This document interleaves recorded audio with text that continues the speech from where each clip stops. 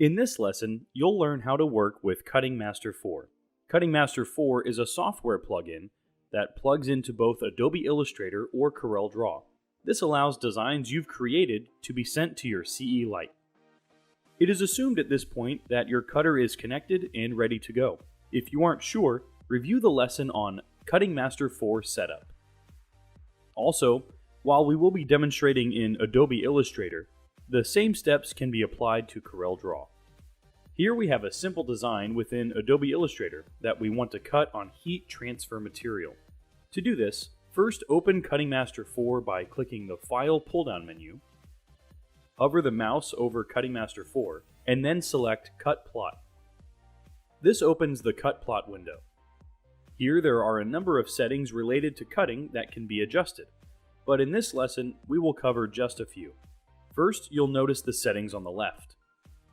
Any changes made to the settings here will be reflected in this space over here. The space to the right represents the design in relation to the media. First, let's adjust the media size up at the top. Currently, it is set to a roll, but what we really want is for the media size to match the actual media loaded in the cutter.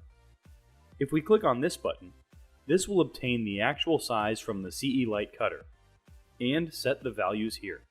It will readjust the size of the media on the right side in relation to the design. Thus, as you can see, the design has gotten larger because the media has gotten smaller. This is what you want since it will allow you to see how the design will cut on your currently loaded media to make sure it will fit. If we click this button, we are given a choice of 4 angles to rotate the design to. In this case, we can set it at a horizontal angle so that it saves space on the media.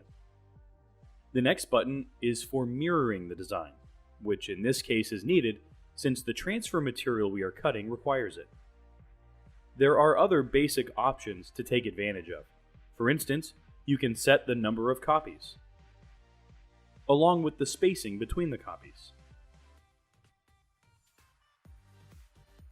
Toward the top are these tabs. If you click on this 4th tab over, this has the option Weed Border. When enabled, it will automatically place a rectangle cut line around the design, making it easier to weed the design after it has been cut. Then the margin. The distance between the design and the weed border can be increased. Finally, to send the design to be cut, just click on the Send button toward the lower right corner of the Cut Plot window. When clicked, it quickly prepares the design for cutting, and then sends the design to the cutter.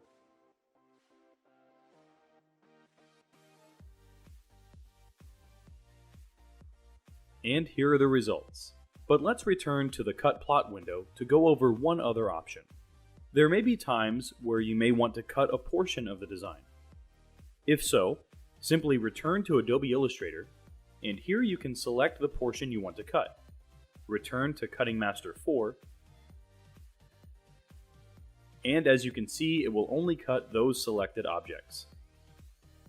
The reason for this is the Selection Only box, which when enabled, will cut only what was selected within Adobe Illustrator or CorelDRAW.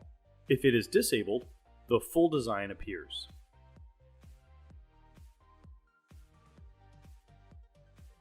These are just a few of the options in CuttingMaster 4 to get you started.